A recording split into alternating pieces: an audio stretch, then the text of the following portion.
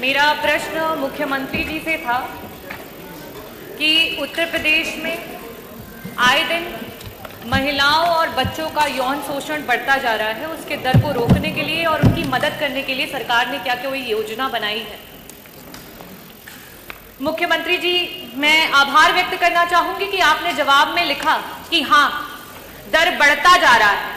आप खुद इस बात को मानते हैं कि उत्तर प्रदेश में महिलाओं का उत्पीड़न हो या बच्चों का उत्पीड़न हो, उसमें आज उत्तर प्रदेश टॉप के नंबर पे है, पूरे इंडिया में सबसे पहले नंबर पे। मैं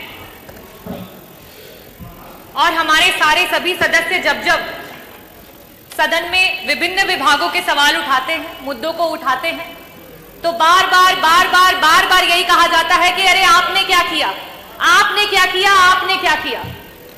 अध्यक्ष जी, जब हमारी सरकारें रही तो अगर इस तरीके की वारदातें हुई तो उस पे लोगों ने आक्रोश जाहिर किया, लोगों ने धरना किया और उसकी अनुमति मिली, लोकतंत्र जीवित रहा।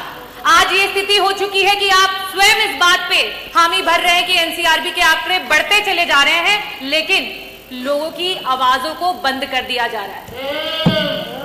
कल विधानसभा में जब एक प्रश्न एक महिला जनप्रतिनिधि के द्वारा स्वास्थ्य मंत्री जी से किया गया तो उनके द्वारा नंगा जैसा शब्द का प्रयोग करना ये दर्शाता है कि आपकी महिलाओं की तरफ क्या सोच है और आपकी सरकार कितनी संवेदनशील है महिलाओं को लेकर के। अध्यक्ष जी, हम समाजवादी हैं, हम संविधानवादी हैं। आपकी झूठ को तेज आवाज में बोलने पे हम डरने वाले नहीं हैं, हम आंदोलन करेंगे। मेरा प्रश्न मुख्यमंत्री जी से सीधा है कि 2017 से लेकर के 2023 तक कुल ऐसे कितने यौन शोषण के महिलाओं के लिए और साथ ही साथ prevention of child from sexual offence के तहत कुल कितने केसेस दर्ज किए गए और उन लोगों को सरकार के द्वारा किस प्रकार की योजनाओं के तहत मदद की गई? क्या कोई काउंसलिंग सेशंस ऑर्गेनाइज किए गए उनकी मदद के लिए? क्या उन्हें बेहतर शिक्षा और चिकित्सा प्रोवाइड की गई? क्या उसकी सरकार ने जिम्मेदारी ली? क्या कोई स्किल डेवलपमेंट प्रोग्राम्स या फिर एडवांस हायर स्टडीज के माध्यम से उन्हें मदद की गई कि वो अपना भूतकाल जो इतना सदमे वाला है उसे भूल करके एक बेहतर भविष्य की तरफ सोच सके? मेरा दूसरा प्रश्न आपसे ये है कि अभी हाल फिलहाल में बलिया की न्यूज सभी सदस्यगण यहां हैं, वो जानते हैं कि आज बॉर्डर्स कहीं से भी सुरक्षित नहीं है और साथ ही साथ आपको शायद अपने अधिकारियों पे भरोसा भी नहीं है कि एसपी बलिया होने के बावजूद भी बाहर से एक टीम भेजी गई और वहां पे जांच कराई गई। इन बातों के मद्देनजर मैं ये पूछना चाहती हूं कि ये अपने आप में दर्शाता है कि ह्यूमन ट्रैफिकिंग आए दिन बढ़ती चली जा रही है। तो 2017 से लेकर के 2027 के बीच में टोटल महिलाओं और बच्चों को लेकर के कितने केस हैं, मुकदमे हैं लापता गुमशुदगी के जो दर्ज हुए और उनमें से कितने लोग आज भी गुमशुदा हैं आपके 8 साल के टेन्योर की सरकार में जिनको आप नहीं ढूंढ पाए हैं? कृपया इसका जवाब दें। धन्यवाद। माननीय मुख्यमंत्री जी। अध्यक्ष जी, माननीय सदस्य ने एक बहुत महत्वपूर्ण मुद्दे की ओर सदन का ध्यान आकर्षित किया है और वास्तविक तथ्य इस माननीय सदन के समक्ष आने चाहिए। महिला और बाल सुरक्षा और खासतौर पर सेक्सुअल हैरेसमेंट से जुड़े हुए जो मुद्दे होते हैं वह केवल बाहर से ही नहीं होते हैं। इसके दोनों तरीके हैं, घर के अंदर भी और घर के बाहर भी, और इसलिए इन दोनों मुद्दों को ध्यान में रख करके सरकार ने इस दिशा में जो ठोस कदम उठाए हैं वह इस सदन के सभी माननीय सदस्यों के संज्ञान में बहुत आवश्यक हैं। अगर मैं महिला संबंधी अपराध को, जिसमें घरेलू हिंसा से जुड़ी हुई जो या सेक्सुअल हैरेसमेंट से जुड़ी हुई जो मामले होते हैं, इन सब की तुलना करूं तो सबसे पहले माननीय सदस्य को मैं इस बात के बारे में अवगत करा दूं कि 2016 की तुलना में दहेज जैसी घटना के बारे में देखें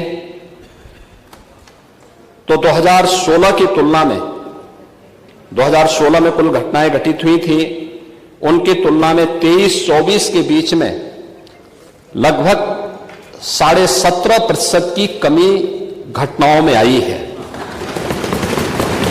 बलात्कार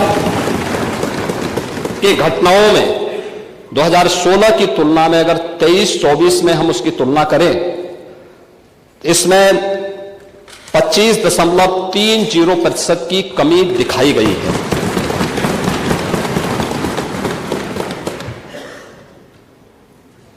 लेकिन अगर हम इन सभी बातों को ध्यान में रखें कि 17 से लेकर के 24 के बीच में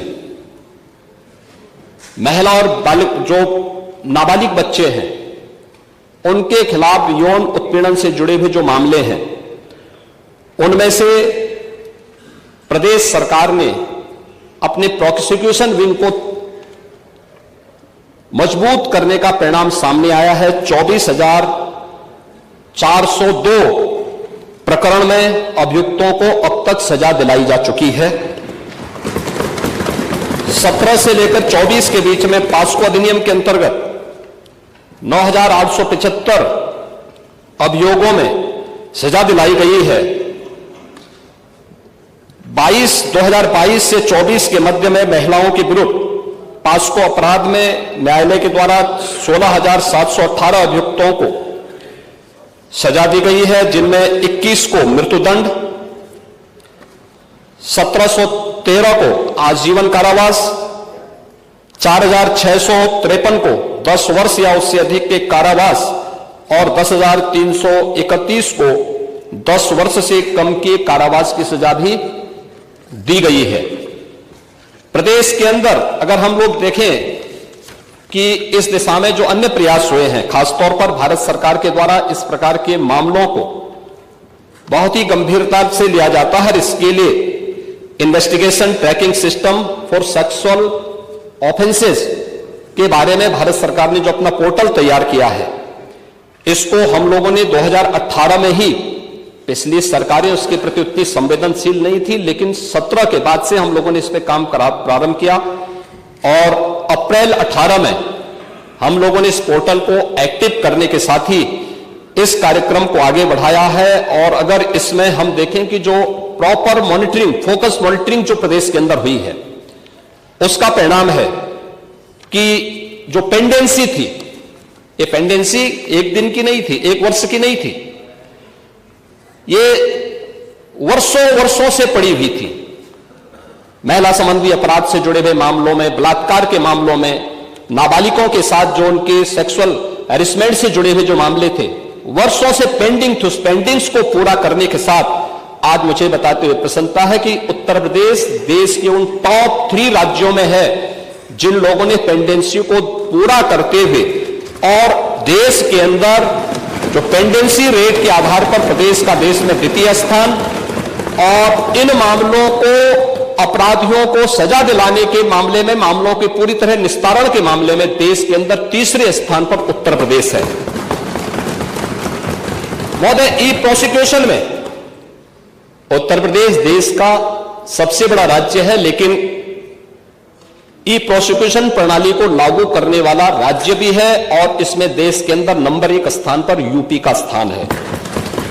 महिला और बाल अपराध संबंधी अभियोगों के निस्तारण में देश में प्रथम स्थान है। लगभग हमारे 98% से अधिक मामलों का निस्तारण करने में उत्तर प्रदेश आज देश का वह पहला स्थान रखता है।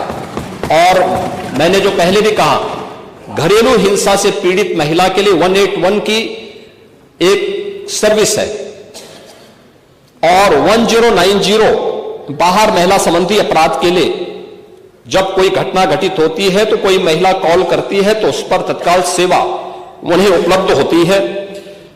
इन सबको इंटीग्रेट करने का काम भी 112 के साथ इंटीग्रेट करने, 181, 1090 और 112 को भी इंटीग्रेट करके अगर कहीं भी सूचना आ रही है उस सूचना को संबंधित तक भेजने के साथ ही उसको तत्काल रिलीफ मिल सके, इसके लिए भी यहां पर कार्य किया गया है।